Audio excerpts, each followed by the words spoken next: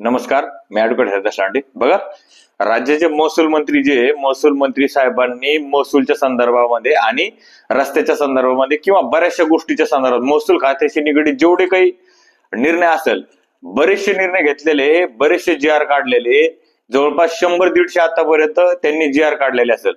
परंतु जी आर काढल्याने खरंच खाली ग्राउंड लेवलवरती तसं काम होतंय का? कारण की प्रत्येक जी आर वरती मी व्हिडिओ बनवलेला आहे. प्रत्येक जी आर आल्याच्या नंतर मी ते लोकांपर्यंत पोहोचवण्याचं काम केलेलं आहे. परंतु आतापर्यंत मला व्हिडिओ खाली बऱ्याचशा कमेंट अशाच येत आहे की हे नुसत्या गोष्टी जे आहे, हे नुसते पेपरबाजी, भाषणबाजी आणि हे फक्त पब्लिसिटीसाठी चालू आहे. प्रत्यक्ष खाली ग्राउंड लेवलवर कुठलाही अधिकारी या संदर्भात काम करत नाही. जेवढे काही निर्णय शासनाने घेतलेले आहेत, मुळामध्ये एक तर दोन गोष्टी असू शकतात. घेतलेले निर्णय अधिकारी लोकांना कळत नसेल, त्यांच्या डोक्याच्या वरून जात असेल, किंवा मुद्दामून अधिकारी याची खाली अंमलबजावणी करत नाही, किंवा घेतलेले निर्णय अधिकारी लोकांनी कचरा कुंडीत टाकून दिलेले महसूल मंत्री साहेबांनी. ही गोष्ट त्यांच्या लक्षात यायला पाहिजे.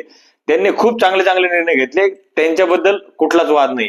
निर्णय खूप चांगले घेतले, पण जसे निर्णय चांगले घेतले तसे त्याची अंमलबजावणी खाली होती का आणि तुमच्या अधिकारी तुमचं ऐकताय का? जर हे सगळे निर्णय घेण्याऐवजी, निर्णय तर घेतले, चांगली गोष्ट केली, पण जर या निर्णयाची अंमलबजावणी जर खाली जर स्ट्रिक्टली केली नाही, तर अधिकाऱ्यांवरती कारवाई करण्याच्या संदर्भात जर तुम्ही आतापर्यंत एखादी जरी तरतूद त्याच्यामध्ये टाकली असती, तर मला वाटतं याचा परिणाम वेगळा झाला असता.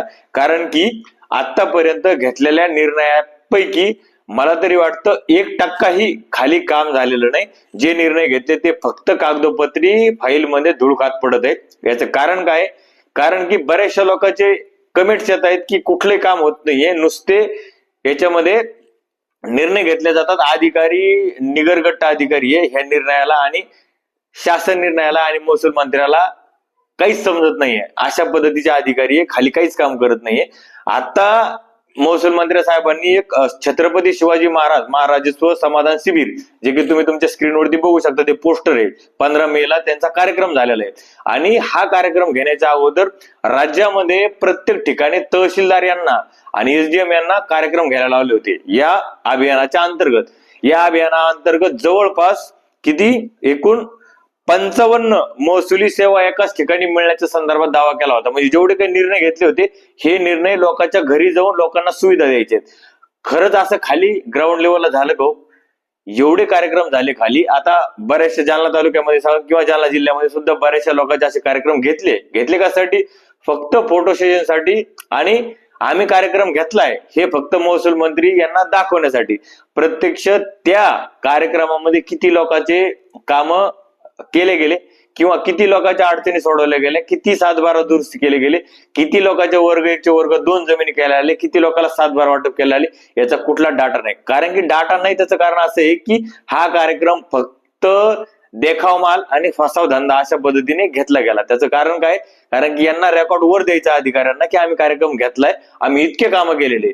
हे काय करतात? कार्यक्रम घेतात. आता त्याच्यामध्ये तुम्हाला थोडक्यामध्ये सांगतो की या 55 मध्ये महत्वाच्या सेवा काय दिलेल्या याच्यामध्ये खरंच या गोष्टी झाल्या का तुम्ही ठरवू शकता. कारण नुसतं पेपरबाजी केलेलं आहे महसूल मंत्री साहेबांना आणि खालच्या अधिकारी लोकांना. शासन निर्णयानुसार भूगोटादार वर्ग 1 मधून वर्ग 2 केलेल्या जमिनीचे दुरुस्त 7-12 वितरित करणे. आता कुठेतरी अधिसूचना झाल्याच्या नंतर आताच शासनाचा वर्ग 1 चा वर्ग 2 चा करण्यासंदर्भात शासन निर्णय आलेला आहे. आता प्रकरण दाखल होणार, त्याच्यानंतर जिल्हाधिकारी निर्णय देणार, त्याच्यानंतर तो नजराना रक्कम भरणार, त्याच्यानंतर 7-12 दुरुस्त होणार. आणि हा निर्णय याच्या अगोदर यांनी कधी वर्ग 1 चा वर्ग 2 केलं? हे फक्त नुसतं घुमाघुमीचे धंदे चाललेले. आता खरंच जर याच्यावरती जर काम करायचं असेल तर अधिकाऱ्या लोकांना सांगा की हे प्रकरण एवढ्या दिवसामध्ये निघलंच पाहिजे आणि लोकांना 7-12 भेटलाच पाहिजे. याच्यामध्ये दिलंय तुम्ही, पण आतापर्यंत वर्ग 1 चा वर्ग 2 झालेला मला तरी वाटत नाही की कुठं महाराष्ट्रामध्ये आतापर्यंत झाला असेल. हे फक्त तुम्ही याच्यावरती पोस्टरवर त्या टाकापुरता आणि तुमच्या जी आरच्या हद्दीपर्यंत विषय. त्याच्यानंतर जिवंत 7-12 मोहिमेअंतर्गत 7-12 वर नोंदी घेणे.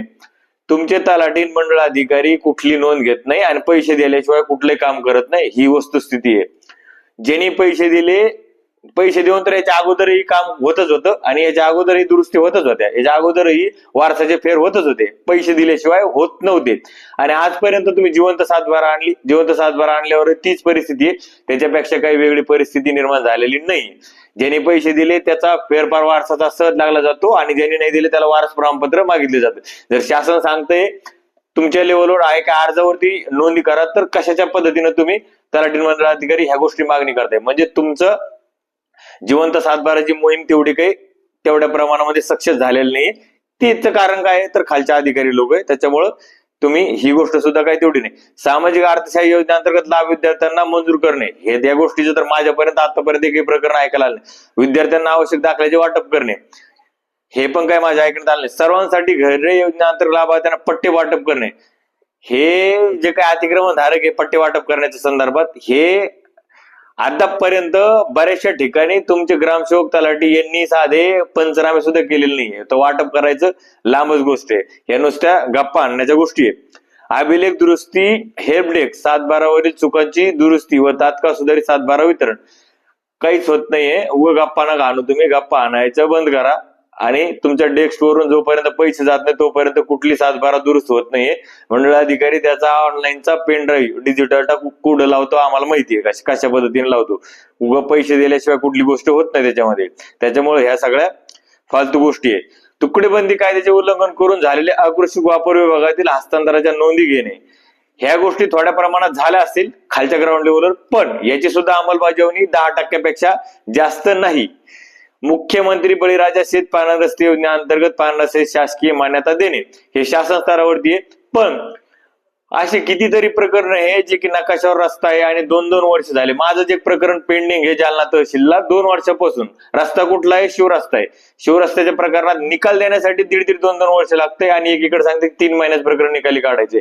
त्याच्यामुळं तुमच्या खालचे महसूल अधिकारी हे गेंड्याच्या कातडीचे आहे, त्याला काही फरक पडत नाही ह्याच्यामध्ये.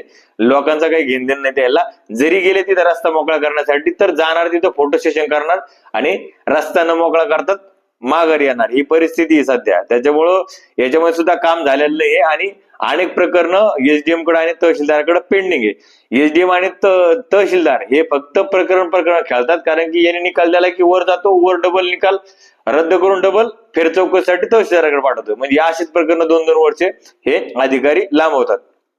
प्रलंबित असलेले वादग्रस्त सध्या फेरफारची निर्गती, कितीतरी फेरफार आहे जे की पैसे वाचून प्रलंबित आहे. पैसे दिले तर फेर मंजूर होतो, मग तो चुकीचा असो कुठला असो. असे कितीतरी फेर दाखवतो मी तुम्हाला की जे की कायद्याला धाब्यावर बसून फेरफार मंजूर केलेले, आणि जे फेर मंजूर नाही व्हायला पाहिजे ते मंजूर झालेले, जे खरंच मंजूर व्हायला पाहिजे ते मंजूर होत नाहीये.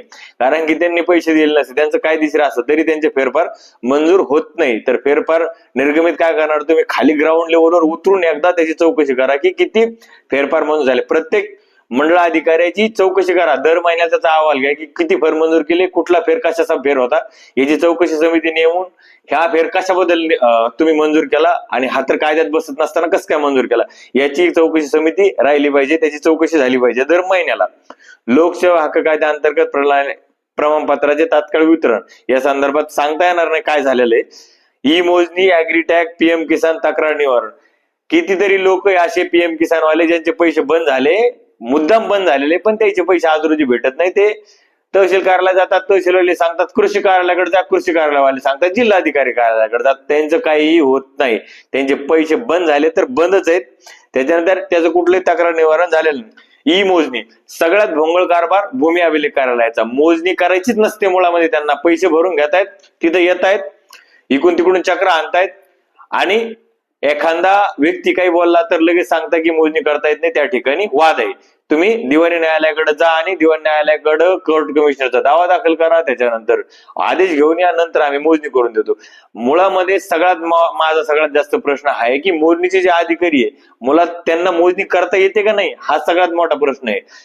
तिथं एखादा चांगला राजकीय दबावाला व्यक्ती असेल तर, गोर गरीब जर तिथं दुसरा व्यक्ती असेल तर, जमीन भली त्याच्याकडे निघत नसेल तरी ही जमीन काढण्याची किमया फक्त मोजणी अधिकारीच करू शकतात. इतका भोंगळ कारभार आहे. त्या ठिकाणी सुद्धा खूप मोठ्या प्रमाणामध्ये भ्रष्टाचार होतो, पैसे घेऊनच मोजणी केली जाते, अशा पद्धतीचा माझं तरी वैयक्तिक मत आहे. कारण की बऱ्याचशा लोकांची तक्रार आमच्याकडे येते की सर आमची जमीन निघते त्याच्याकडे, पण त्या ठिकाणी त्या ठिकाणी आमच्याकडे जमीन काढल्या गेलेली आहे, म्हणजे सरळ चुकीच्या पद्धतीने मोजणी करतात आणि जर मान्य नसेल तर त्या ठिकाणी दिवाणी न्यायालयाचा सल्ला देतात. अशा पद्धतीनं सरस घडताना बघतोय.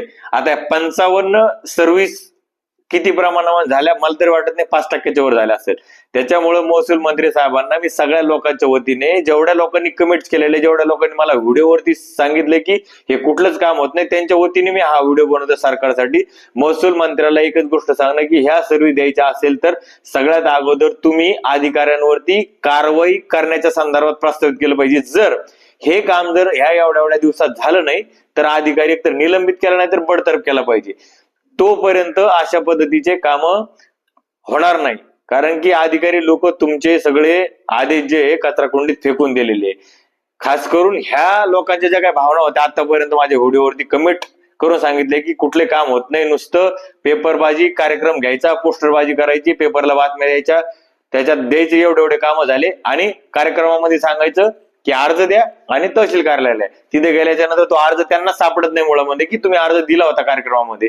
मग परत त्या ठिकाणी त्या व्यक्तीला 1000 चक्रा मारावं लागतात तरी त्याचं काम होत नाही. अशी परिस्थिती आणि असा भोंगळ कारभार महसूल खात्याचा आहे.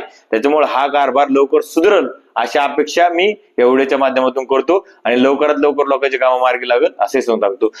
बघा, तुम्ही जर नवीन असाल तर आपल्या फेसबुकला जर फॉलो केलं नसेल तर फॉलो करा आणि तुम्ही जर युट्यूबवर जर हा व्हिडिओ जर बघत असाल तर तुम्ही आपल्या युट्यूबला सबस्क्राईब करा, कारण की असेच नवीन माहितीची, कायदेशीर माहितीचे व्हिडिओ आपण आपल्या चॅनलच्या माध्यमातून बघत असतो.